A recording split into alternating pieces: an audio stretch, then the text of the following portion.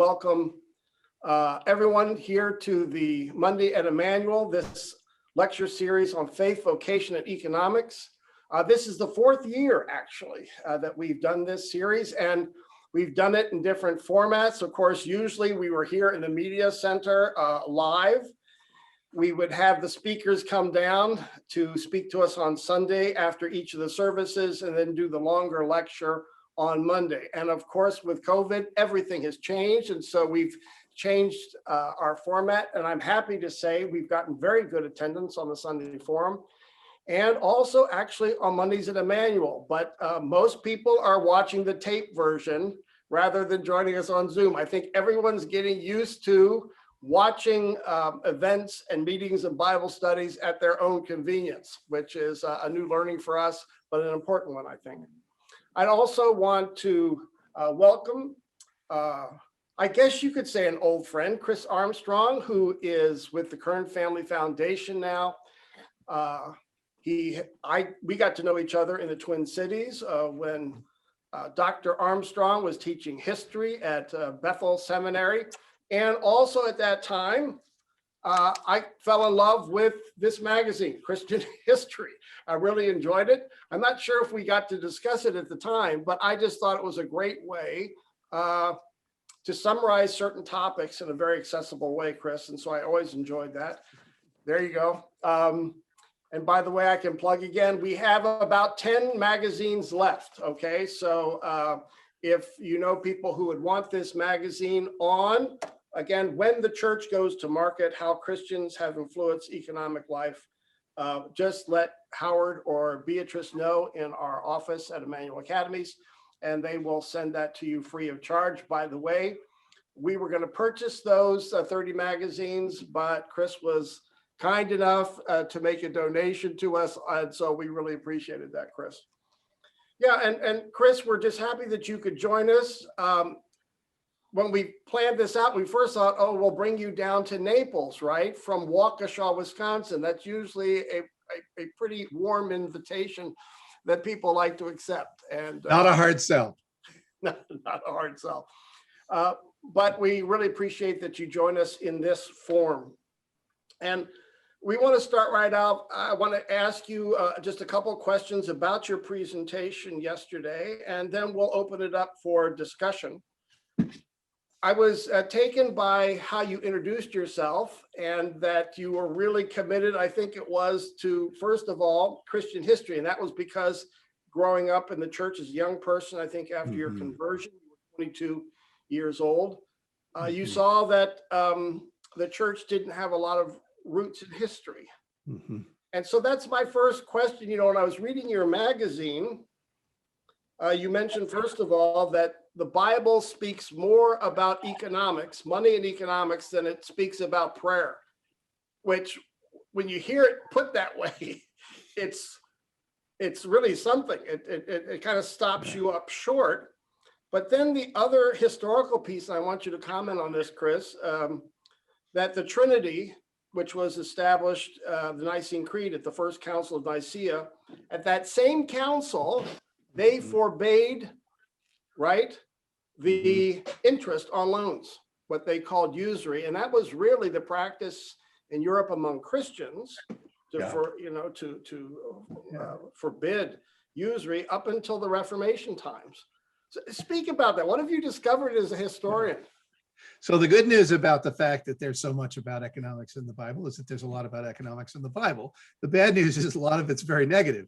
And that proscription of usury is in the same basket. And really that has to do with, I learned this from a friend, a moral theologian at Garrett Evangelical named Brent Waters. Brent has a wonderful book called Just Capitalism. In the first chapter of that book, he discusses the difference in basic economic reality between, let's say, New Testament time and everything from about the late 18th century on in the Western world. New Testament time is a land-based economy. The pie, there's a pie, it's a fixed pie. You got part of it. If you have more, that means somebody else has less. There's no value creation to speak of going on. Value creation is our current economy, and that has been, again, since about the late 18th century. It's not a fixed pie. It's a growing pie. We're creating wealth by our activities, by companies, by entrepreneurship. And money takes on a different meaning in that kind of economy. Interest, in fact, takes on different meaning in that economy because often interest is taken, a loan is taken when a business person wants to expand their ability to create value in the world and serve other people, create new goods and services. Again, if you're in a land-based economy, it doesn't look like that. And so, I was asked years ago as a non-expert to speak on money in the book of Luke, and there's a lot of bad stuff in there. I mean, as you know, a wealthy person has maybe about that much chance of getting into the kingdom, right? And one has to ask, where does that wealth come from in that economy? Well, often enough, it would come from exploitation of others or from growing your own pie while others shrink. And that is simply not the economy that we're in now. And again, usury would have meant you're in debt with your limited resources, which aren't growing because it's not a value economy. So you're almost enslaving yourself to another person if you're taking a loan on interest. And yes, there's a Christian hesitation to affirm that. What changes after the Reformation is you're in a market economy where there are a lot of things you can do with a loan that has reasonable interest. You can reasonably expect to repay it. You are not enslaving yourself to the lender. And you can, in fact, create value for yourself and your family and your community by doing that. So the church is actually responding to changes in the realities on the ground, in what is the economic reality. So Chris, when you're talking like this, I'm struck by another point that you made in introducing yourself, that growing up in the church, this is not how we talked. Right. I mean, we didn't talk about faith and economics. We didn't try to connect the material and the spiritual, as I think the way you put it. We just, I don't know whether you would use the language that Monday was divorced from, Sure. Sunday was divorced from Monday. In other words, the conversation you just had with us, even mentioning Luke's gospel or value economy and how things are different now than they were, let's say, in the 15th century, we didn't help people make those connections. Would you agree? Yeah, I think that's true. And there is evangelicalism is a subculture. And I don't know whether, I still am not sure. You have to go on a case-by-case basis whether a given Lutheran church would even use that term. Of course, Luther used it before anyone else did, but it meant something different back then. Yeah, we're the original evangelicals. Right, you are absolutely the original evangelicals. But in terms of today's movement, with its roots in the 18th century and people like John Wesley and Jonathan Edwards and others, as you know, there was a corner turned in that church in about the 1920s, where there's a retrenchment into fundamentalism, which was anti-Darwinist, anti-higher criticism, and anti-liberal. And what liberal meant, among other things, was those evangelicals who had gone in a more social and institutional direction in their theology, talking about the social gospel, talking about institutional patterns of sin and not personal salvation. And there was a rift there. And unfortunately, what that means is that in trying to protect some good, isn't this always the way? In trying to protect some good things, Orthodox Christianity, the Bible, the Reformation heritage, the salvation of souls, at the same time, that movement, which is the forebearer of modern evangelical Protestantism, decided to get out of the business of paying much attention to what was going on in the surrounding society and people's work lives and in a lot of areas, except with the very important exception of charitable giving and things like orphanages. There's all kinds of good stuff going on there, but it doesn't mean that church was very good at addressing most lay people's daily experience in their work. Unfortunately, that got kind of lost in the transition. So we're just asking a few questions here to get us rolling, kind of building off what you presented yesterday. Let me ask one more thing, one more question, and then we're going to open it up for questions to everyone this morning. But when we start connecting Sunday and Monday, when we start paying attention to people's work lives, Chris, and this, you mentioned it yesterday, a majority of our people, I think that's what statistics show, a majority of our people are not happy at work for all sorts of reasons, for all sorts of different reasons. And so when we start paying attention, it's like opening up Pandora's box of issues Mhm. where there is loss and there is hurt and there are people Yeah, are yeah. struggling with, what should I do and discernment. Uh, how, what can you share with us about what you're learning in this regard? Yeah, I think there's an inclination in the faith. And so if we're talking about, first of all, there isn't a faith and work movement. There's a set of faith and work conversations. Secondly, I'm going to go with David Miller of Princeton in saying that this has increased in this country since the 1980s.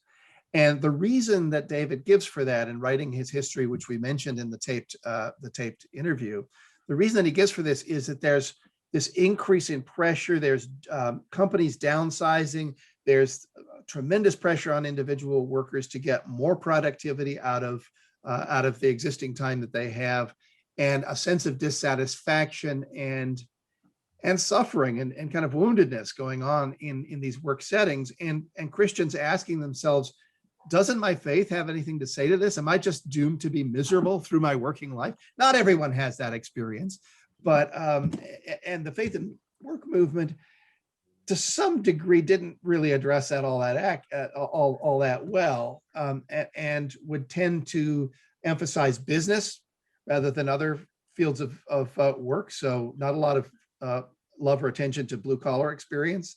Right now, we know under COVID, we have intensified pressure to those who are working in manual type jobs, not the knowledge economy. That's the sector that's been hit the hardest. And where are Christians in addressing the reality of what it's like to be tremendously under economic pressure, finding whole categories of work we just started talking about this a little bit, I think, in the interview. There are whole categories of work that aren't going to be around. Long haul truck driving, whenever it is, 5-10 years, when we have self-driving trucks, we're going to have fewer truck drivers. The robotization of the manufacturing sector is fully in force, and even surgeons. We need fewer surgeons, because you can have one surgeon sit there and remote control something going on 1,000 miles away using robotic technology. So we're definitely in a time of increased pressure on the worker, and some pretty grim future prognoses. We've got to figure out as a church how to address that, to have a theology not only of flourishing in work, but a theology of suffering in work. So I think that's enough grist for the mill to get us beginning. I want to open it up for questions that our group may have that we can address then to Chris. I've got something I'd like to, I was pondering the fact that, this exponential change that has occurred in this time that we've lived through. And this, people are hearing me on the screen, I've talked about this for years since I've arrived, but I was a small town kid. And I was thinking about, I've got a picture here of my father over on the piano at the office at the hardware store. And I can remember dealing with what I would call more of a micro economy versus mega economies. And what occurred to me was this: I can remember my father knew everybody who came in to do business with him in that small town. And I can remember people that would come in and they would charge to my dad, and that dad knew they couldn't pay it back. I remember when it came time to even, quote, collect bills sometimes, Dad would go out and he'd visit people on the farm and he knew they couldn't pay. My point was there was a compassionate exchange that always occurred in that economy because of the relationships that they had with one another. I contrast that now to sometimes going out. I mean, I was at a dealership the other day, and I realized that when I went into the dealership, at this car dealership, nobody knew who you were. You're dealing with a mega industry of the car industry. So, I thought to myself, they don't know who I am. I don't know who they are. Doing any kind of a transaction had no relationship to it at all. It was just a on paper deal, And I'm just curious what that means, when you lose within economy, when you lose personal relationships. Yeah. And the whole thing becomes so, it takes away what I would think you talked about in the earlier time you discussed the pie economy in the Right. days of the early, Right. in Israel. It would have been the same thing there. They would have had relationships with everybody that they knew in that little pie economy. Yeah. So I'm just, sometimes I'm baffled by it, and I have a hard time still making a transition sometimes when I go into a bigger market, because I still have the framework of dealing with a small market when I was a kid. Yeah. I mean, it's one of those, there's pluses and minuses, right? I mean, the larger economy is able to generate tremendous wealth. Over 1 billion people have come out of extreme poverty over the past decade or two worldwide. And it's through the operation of this larger and a more impersonal global market. And the market destroys certain industries. There's disruption that happens and people lose their jobs. They lose their old skilled work. There's definitely minuses as well as the pluses. One of the minuses that I think we forget about is what it does to the worker. If you're sitting in a cubicle and you're 5 or 6 steps away from actually serving a human being, and you never actually see the person that your company eventually benefits, I think this is one of the reasons why we're dealing with this, what Rick referred to, the Gallup survey 5 to 10 years ago, the state of the American workplace, 70% of workers disengaged on some level from their work, 30% so actively disgruntled that they're working against their own institutions. I think this is what happens to the human soul when you're working and you don't get to make that connection that Martin Luther made, that your work is benefiting somebody else. It's answering, in some sense, some small sense, or sometimes a larger sense, you're answering that person's prayer, but you never see them. It doesn't feel like you're serving people. It feels like you're part of your cog in a machine. And I think that's tremendously demoralizing. And we have to work hard to try to figure out how to rehumanize our workplaces, given the realities of this larger scale. It's a huge issue. And Steve, I'm so glad that you brought it up. You mentioned this, Chris, last time. I want to jump in on this dialogue you're having with Steve. Because you wanted to discuss it more on Sunday, and I cut you off. So yeah, part of this is my own guilt coming out here. I want to make sure you can speak to this. But some people, when they talk about the humanizing of work or the notion of vocation, when they hear that, they say, "Oh, that's a middle class or an upper class concept." Right. Because many essential workers. It's not about discerning God's will. It's just about survival. It's about a paycheck, any work to support themselves or the family.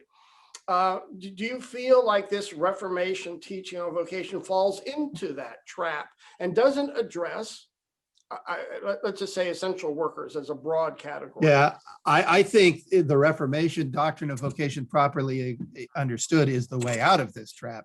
I think the trap comes from a secularized, what I call the Disney narrative of vocation. The Disney narrative of vocation is you follow your heart, you follow your passion, you find the perfect fit, and then you enjoy fulfillment in your work. And, I guess it's obvious why I call it the Disney narrative, right? The follow your heart narrative is present in a lot of not just Disney. Just remember, Disney. Chris, I know where you are. I know Florida. Okay. I know where you are. And there's wonderful things that Disney does too, and Pixar. Soul actually is a wonderful movie that counteracts some of this tendency. If you haven't watched it yet, it's worth watching. But if you have that narrative, if vocation is primarily about choice and fulfillment, and you find yourself in a job, which, as you say, is to put food on the table, and you're lucky to have it, and you would want to go to a job that might feel more fulfilling to you, or might feel like you have choice, but you don't, you can't because of economic realities. Well, what are your chances of feeling excited about vocation in terms of that secular narrative? I won't call it the Disney narrative, the secular narrative, which is often in our churches.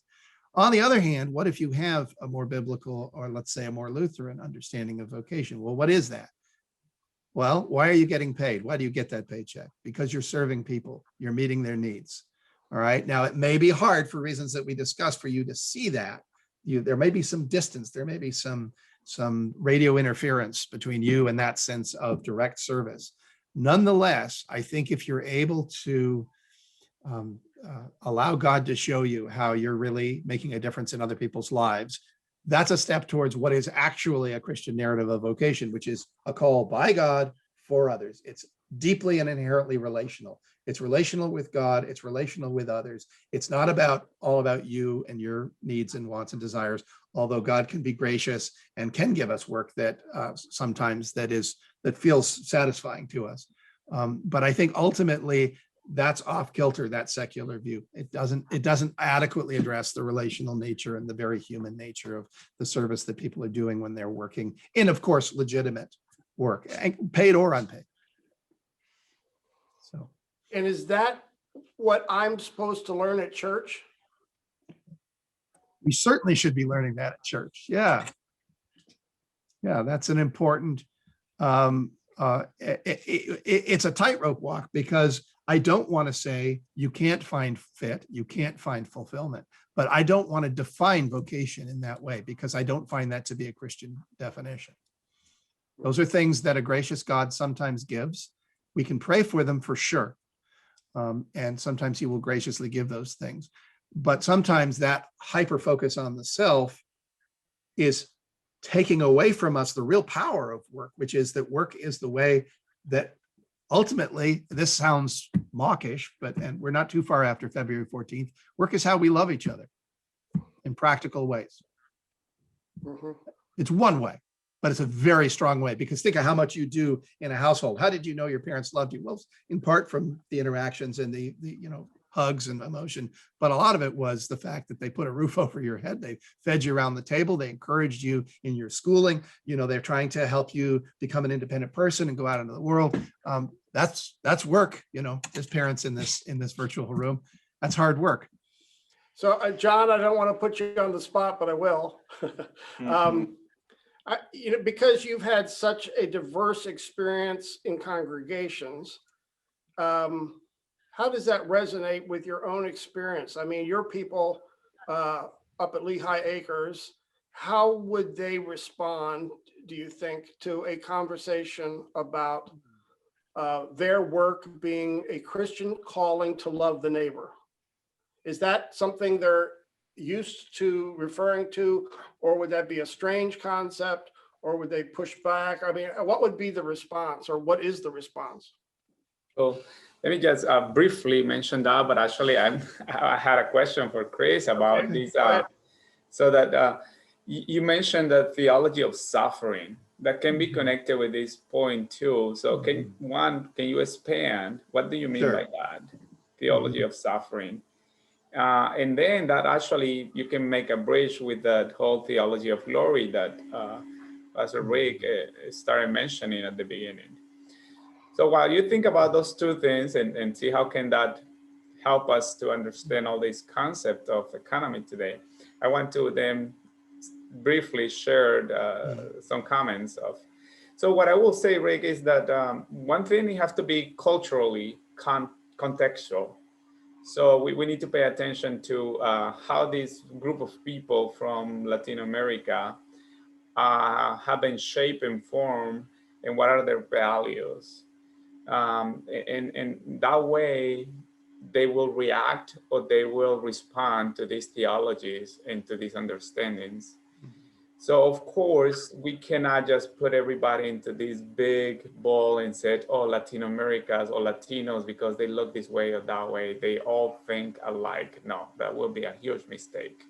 So even when we think about, let's say, people from Mexico, we have to actually start breaking those into different states and different cultures and different ethnias between Mexico and different families and different clans and different. So all this gets really excited and for some other people complicated. But honestly, it's to know and to discover how this little town and this little family learned about values and learned about the encounter with God and theology and with the other. But in general, I believe I will say that, yeah, most of the people would love to always see that their work of what they do is for the sake of the world, in my experience. And actually that comes from that theology of the poor and that theology of life and that theology of liberation. Because as we just experienced yesterday in the reflection, I believe that the whole thing of being in the desert, Jesus' experience, is to be humble and learn a little bit, so that when we experience in our own flesh, then it's easier to kind of be in the shoes of the other, and walk with the other and understand and have that sympathy and solidarity that Pastor Steve was referring to. Somehow or another, I believe somehow his father have to experience that too, in order to have compassion, which is to suffer with the other, and said, hey, you cannot, but here it is. So I'm going to stop there and let Chris share that theology of suffering and perhaps theology of glory understanding. Two things that come to my mind quickly on a theology of suffering. One is that it's a theology of shared suffering, and that Christ is with us in that, even in the worst of our times. And that's a comfort, obviously. Another thing is my favorite figure from church history is, I don't know if I should say this in a room full of Lutherans, is a 6th century Pope named Gregory the Great, one of the good ones. And Gregory had he wrote 40 books on the book of Job. Well, they were short books, but he wrote a long commentary on Job, which is actually available in English online. And he thought of our daily experience as a place where God meets us, if we have ears to hear and eyes to see. And he thought of suffering as being a particularly powerful place where God meets us. He didn't necessarily use this phrase, but I'll say it. It's a paraphrase. God has the devil on a short leash. And that means that things that are meant for bad for us, or meant for evil for us, can be places of profound meeting with God and profound solidarity with Christ. Now, that's not something you tell somebody else who's suffering, right? The church historian Kate Bowler, the young historian who has very serious cancer, she's at Duke University. She's actually written on the prosperity gospel. There's an interesting irony for you. But Kate has written a book called something like Everything Happens for a Reason and Other Lies, the church told me. You don't talk to somebody in suffering and say, oh, that's all right. You're there for a reason and God's going to redeem that for you. But I think if you come alongside somebody and you can hear them and quietly and just allow them to express those, as Scott Kermode puts it, longings and losses, that can be a profound Christian experience. Now, what I will not attempt to address, I'm not going to speak, obviously, for the Hispanic community, and I'm not going to attempt to, and I'm not going to say, I think you should have this or that approach to some of the dehumanizing structural factors that are in place. And these are some of the reasons why people experience work as bad and experience work as suffering. There are institutional reasons. I think it is up to everyone who has influence in institutions where people are employed to bring their Christian convictions to bear and to find places where there are dehumanizing realities and to address those. I don't think we can only talk in terms of individual salvation and individual experience, which is an inclination of white evangelicals. That's problematic. I think there's a middle ground between that and a social gospel that does not at all talk about individual salvation. But and I think your community, John, the Black community, and others that are deeply wounded in many ways, sometimes from institutional realities that are largely white run, have been doing this kind of theology for a long, long time. And sometimes the white churches get to just sit there and listen. Thank you. May I echo just in the phrase, thank you for saying that one, Christ is with us, but also saying more importantly that can be oppressive, because that's what I'm hearing as a person of color. When you can be, or you can see, or you can hear that Christ is with us. So it's like, to this broken or ill or poor person, oh yeah, Christ is with you, just hanging there, like, forget it. I mean, that can be super oppressive for some other people, because then the whole gospel of, Jesus fed people, Jesus healed, Jesus raised Peter's mother-in-law. Otherwise, to me, it doesn't make sense if the action. Yeah. So Yeah. thank you for saying that can be oppressive, because that's liberating. It's the action and the reflection that have to go hand. I think one writer and speaker who I've gotten to know a little bit is Brian Fickert at Covenant in Georgia. He runs the Chalmers Center for Economic Development. He, I think, is a little more sensitive than some writers on this in terms of saying, we have to address people within their context. But yeah, you can't just say, oh, don't worry, Jesus is with you. If you're in a position of any institutional influence, I think you have to be aware of these dynamics and be willing to work towards change. So, Chris, one of the things that you mentioned yesterday at the Sunday Forum was trends that you see in this whole conversation, because as you said, the whole conversation about faith, work, and economics, or as we refer to it here at Emmanuel, faith, vocation, economics, it is a conversation that's being had across the country, or across the world in various ways. It's picked up again since the 1980s. It has a longer history. It goes back before the wars. It's gone up and down for all sorts of different reasons. Chris, we used to have in the 1980s a whole office of, we called it Ministry and Daily Life in our denominational headquarters. But with financial cuts, that was the first thing to go, was vocation, which is interesting, but that's for another day. But you mentioned 5 trends, which let me know if I got these right, because we discussed these earlier. Now we have more data about this topic than we used to have. We have books on history where we can go back and review the conversations that Christians have had.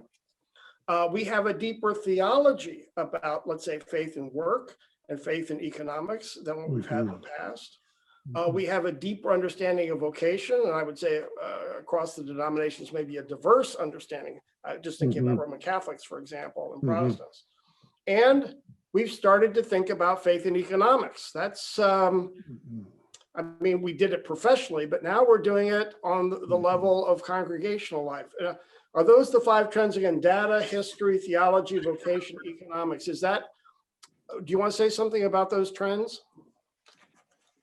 Yeah, I think in vocation, yes. In theology, yes, there is diversity between Catholic and Protestant views, and obviously within Protestant views, we're nothing if not diverse as Protestants.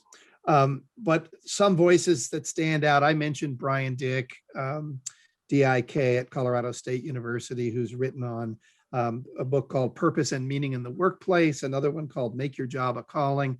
What you have with Brian is a social scientist who is a faithful Christian, who is asking deep questions about what do people mean when they say, I feel like my job is or is not a calling, and how do I get there? And he surveyed hundreds of people across the country and has worked this into a practical instrument, actually, for Christians and churches to use. Steve Garber is a longtime friend and a writer who's well known in this area. He had a book out years ago called Visions of Vocation, which is absolutely wonderful. And his most recent one is called The Seamless Life. What he's doing is, the seamless life means there is no chasm between heaven and earth. All of life is sacred. All of life matters. And he asks questions about vocations like, this is from his book, Visions of Vocation. Knowing what you do about the world, can you still love it? Knowing what you do about the world, can you still love it? That's a vocational question, because if vocation is love, if vocation is the way that we work on behalf of others out of love, it's hard to do that when you're beaten down by reality over and over again, right? And when you wonder whether your work really does make a difference in the world. And I think those are the kinds of matters of theology that we really need to talk about and to face. You're talking about economics. I mentioned my friend Brent Waters' book, Just Capitalism. Basically, he's arguing that Christians can affirm market economics on theological grounds, despite harsh biblical words about wealth, but that the system has got to be reoriented towards koinonia, towards community in some of the ways that Steve was talking about. And it's hard to know how to do that in this large scale economy, this impersonal economy But we need to make steps in that direction. There's a book called Redeeming Capitalism by Ken Barnes. I'm not here as an apologist for capitalism. I don't want to sprinkle holy water over an entire system, but it's the one that we've got. It's the one that we'll live with for our whole lives. So how do we redeem that? That's by Ken Barnes at Gordon Conwell. And some people in the Mars Corporation, their leadership has Christian conviction. Bruno Roche and Jay Jacob wrote a book called Completing Capitalism, which is what they call the economics of mutuality, not a single bottom line, a short-term hyper focus on profit, but also focus on people and planet, that sort of triple bottom line, that way of thinking, probably a few steps up from where most of us work, but some folks in your church have certainly worked there in the ranks of management and leadership in some of our corporations across the country. How can those corporations think right there at the highest strategic level in terms of multiple bottom lines, not just a focus on profit? A short-term focus on profit tends to have really negative human results. So those are some of the things those are all books written by Christians. There are certainly more than that. So even in this area of economics, which was nowhere to be seen in the earlier years of the faith and work movement, nobody in the 80s was writing about faith and economics. I think we're in an interesting moment now where this is not just talking about the individual Christian's experience in the individual workplace, but also some of these systemic and institutional realities. Last thing, if I may, just on institutional realities, I just started thinking about this under the influence of Andy Crouch. He had a book out several years ago called Playing God, where he makes the argument that 90% of human flourishing, or some high percentage number of human flourishing on the world, would only happen if it were they only happen because they're done by organizations and by institutions. And organizations and institutions can have all kinds of negative effects. There's a lot of ways in which we can lament the ways that organizations and institutions behave in the world. But on the other hand, it's the definition of civilization that we have a specialization of work and large groups that get together that take advantage of bringing together different specializations of work, have a disproportionately large impact on the way that people flourish in the world. Do they do everything right? Absolutely not. And the books I just mentioned indicate that. But books by people like Tim Carney, Alienated America, the older book I mentioned, Playing God, and there was one other one. Oh yeah, Yuval Levin, A Time to Build. These are indications that we can't have a concern for the flourishing of our neighbor as Christians and ignore the importance of organizations and institutions, both economic and other kinds of institutions. Those who were here last week remember that Wayne Miller made a very similar affirmation, made a similar statement about how our individual vocations often can only take root in loving the neighbor through institutions. It's really powerful. Usually we only hear negatives about institutions. It's always good to hear the positives. Let me open up. There was a lot said there on those 5 data, history, theology, vocation, economics. Anybody want to throw in a question there, Chris, before I continue? I'd like to just ask the question about how futuristic this is. Mm-hmm. We look back into history quite easily. We are in the present. But the present rate of change is such that, years ago, you didn't have people going into automobile industries and find out that all of a sudden artificial intelligence, call it that, had taken their job away. Right. So my question is, if you were going to project even 100 years from now, will we still be talking about vocation when we probably won't? Many people will not have a vocation per se. I don't know. I don't know what that looks like. But it's extremely interesting how people will be losing jobs probably in light of what will be taken care of through other means. Well, since God made us as social beings and as communal beings, I think we'll always have vocation, because if we think of vocation as God calling us on behalf of others, I as Luther said, I have a vocation as a father, a son, a brother, a neighbor. So I'll always have some vocations, but I understood what you meant, that in a narrower sense, from drawing a paycheck, we may be in a very different kind of economy where, there's, who knows, a universal basic income, people have more leisure time. That's certainly been the trend over the years. What do we do with that? How can we live as faithful Christians still on behalf of others? In light of Reformation and biblical teaching, if we're not doing 40 hours a week, we're not serving in that realm. I will say, Christians have, and if you take a look at this issue, and I hope if you haven't gotten a copy yet, you'll be able to get it. Christians have been at or near the forefront of economic change throughout history. Examples that I'm working on now in a book that I'm working on called Fully Human, A Brief History of Pro-Flourishing Faith, is why do we have hospitals today? It comes out of the Christian church in the West. In fact, the first hospitals were in monasteries, for heaven's sakes. I know that may not make Lutherans happy, but anyway, they were. How about universities? Where did those come from? Well, those come out of the church as well in the medieval West. What about the arts? What about science and technology? We may think that it's stretching the case. I have no desire to make an apologetic argument that Christians got there first. In many cases, they were taking cultural material, repurposing it, and just adding something of their own. But all of those were tremendous moments of economic change: the birth of the university, the birth of the hospital, the slow development of the sciences coming from the medieval period out into the scientific revolution of the 16 and 1700s. And all of them featured Christian people thinking, trying to understand what God would want them to do, thinking in vocational terms, thinking in terms of the common good and of social good.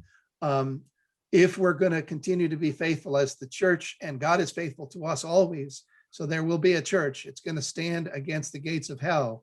I think part of that is going to be, we don't know how yet, but there will be a continued, let's say, spirit-led activity, even in these sort of areas of economics where we don't usually think of the church as being an actor, because the church has constantly been an actor in these areas in the past. Why would we think that would suddenly stop? So, Chris, I want to pick up on that monastery comment, because often the way I understand Christian history, especially Reformation history, Lutherans killed the monasteries. But the monasteries were the vehicle for taking care of the poor and taking care of the sick. And so Lutherans had to invest in other institutional forms to make up for the thing they destroyed. Yes. So it was a very creative destruction, and then all of a sudden we had all this money and we had all these monasteries. And so the question was, if we sold the monasteries, how do you invest the money back into the community, both to take care of the poor, to take care of healthcare needs? Absolutely. And libraries, I think, comes out of this same movement. How do you invest in the common person, because they had now a vocation? So now you invest in public schools, right? Because that was also being done by the monastic group. So I think there was there's an economic shift, which is why I think the Reformation spoke about economics. They had to deal with the shift in economics themselves. I think you're right. And there's a kind of democratization of that impulse too, where now every ordinary person can contribute to, for example, a social services organization or a fund for gathering money to help for people's burials, or, all of those things. And we have, institutions like Thrivent today who come out of that history and are still doing tremendous good in the world. So I didn't mean to imply, the bad Lutherans, because hospitals are not in monasteries today. And yet up until the last 100 years, they were most typically, they had a Christian, they had a cross, so they had a Christian name, they had believing Christians involved in their administration. So it doesn't stop just because it changes. Chris, one of the things I think I've discovered here at Emmanuel is that when we talk about this topic of faith, work, and economics, our people love that topic because it's their language.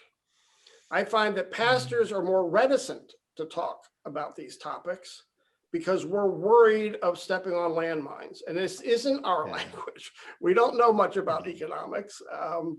And I'll even have to ask Carol about this.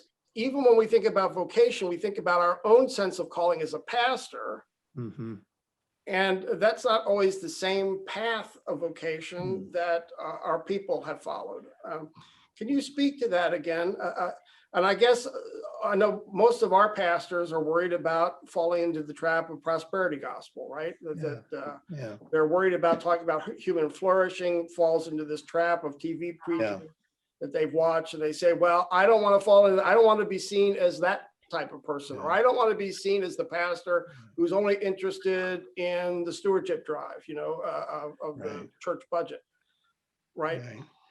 I mean, one way to deflect that a little bit for a pastor, and it's quite legitimate, is to say that most of what happens that affects the prosperity of our community, and by prosperity, let's just be real here, we mean putting just putting food on the table, not like everyone has 7 jets, meaning like people are not sleeping under bridges, right? Or if some are, there are ways of addressing that, right? Well, most of that happens through people's ordinary work, right? I mean, some people work for nonprofits, and it's obvious in that case, but the ways in which goods and services get to people who need them so that they can enjoy a decently comfortable life have to do with ordinary kinds of work. And so it's not up to the pastor to make everything happen economically in the community, but it is up to the pastor to have a sense of what that work means in the community and to come alongside people as they work. You don't have to be a specialist in, machine tools to know that the person working in that specialty is impacting the flourishing of that community. He or she is helping that company to continue to thrive and to hire people who get paychecks, who bring them home to their kids, who feed their kids, keep a roof over their heads. I mean, real basic stuff like that. So I'm no fan of the prosperity gospel. If it means, look at me, I have 7 jets, or you can pray for, a Mercedes Benz, couldn't care less. I think that that's damaging, like you do. And for some really obvious kinds of biblical reasons. But that doesn't mean God has not concerned himself with the ordinary material and spirit and social goods that help us live good lives. We can learn to be content in all things, as Paul did, but he says he's content when he has much as well as when he has little. We shouldn't sit here feeling guilty if we've been given much, and we really have. Almost anyone who's living in our society has, comparatively speaking, much. How do we address that theologically in a way that doesn't feel illegitimate and doesn't feel like a prosperity gospel? Because I agree, there's nothing good to say about that. If we mean we press a magic button and the cash machine God spits out some stuff that we want, not even stuff that we need, just stuff that we want. Somebody's reading a different Bible. So that wasn't very coherent. Sorry, but you can have a crack at it if you need to. So can I ask, did any of you, I'm asking this because I just saw a snippet of it when I walked through the house the other day, but it was on public television, Black History Month, and it had to do with the Black church. And there was what I saw was one of the movements in the Black church where the prosperity gospel was proclaimed in particular. And I forgot which preacher that they lifted up at that point. But it was interesting. I'm asking if any of you heard this, because I'm pulling out a 5-minute snippet I saw when I walked through the room. But what I heard when I was there was something about it's not a blessing to be poor. And don't start telling people that it's a blessing to be poor. And so here, you can look at Matthew and say, blessed are the poor in spirit. Luke says, blessed are the poor. This person was saying, there's no blessings in being poor. So quit trying to teach us there's blessings in being poor. Now, I'm asking whether any of you saw that, or if because I thought it was a fairly straightforward understanding that all of a sudden you come to some communities and you say, John, you'd kind of refer to this perhaps about, the blessing of people who are living in parts of the world where there's poverty, and people that finally raise up and say, no, there's really not blessing in poverty.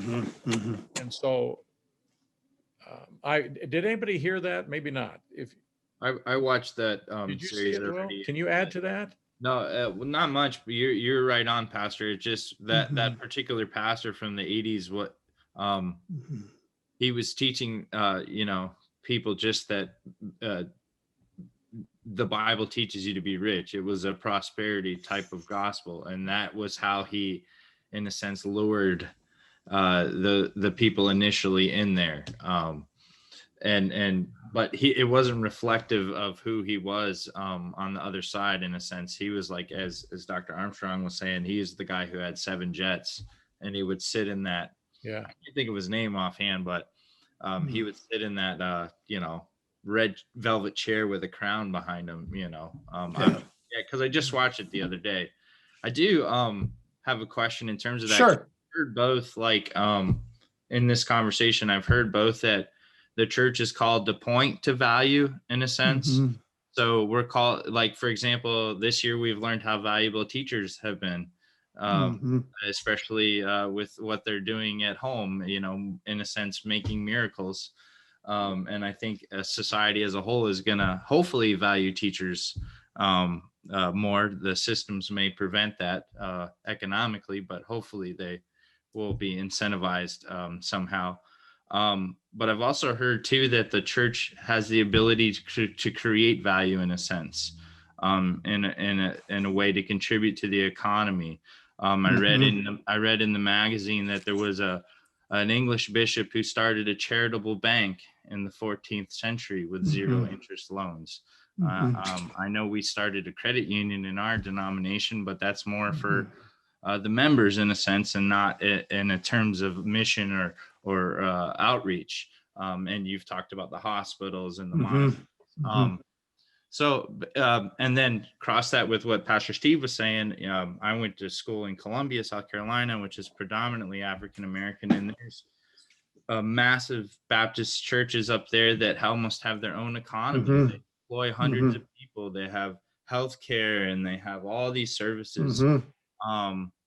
So, and I know there's different ways to get there. Like, we're partnering with people in our other organizations in our church to get there. A lot of this was done in-house up there. So I don't really have a question, I guess. I've heard both. So I guess it's a both and kind of thing instead of an either or. And maybe I didn't mean elaborate on that. I didn't mean to say that the church can't ever do anything. I just think that part of it is, it comes down to, Matt Rustin of the Made to Flourish Network talks about doing asset mapping in a church. Just figure out what are the kinds of folks who are in your pews. Do you have a lot of teachers, or do you have a lot of folks who are in the trades, or a lot of people in finance? Right. I mean, that's a tremendously positive practice, and it doesn't mean that once you figure that out, you have to immediately do some kind of church-based program. Maybe it does. Maybe you actually have so many teachers in your church that you can actually have an impact on the local education system. But maybe not. Maybe really your calling at that point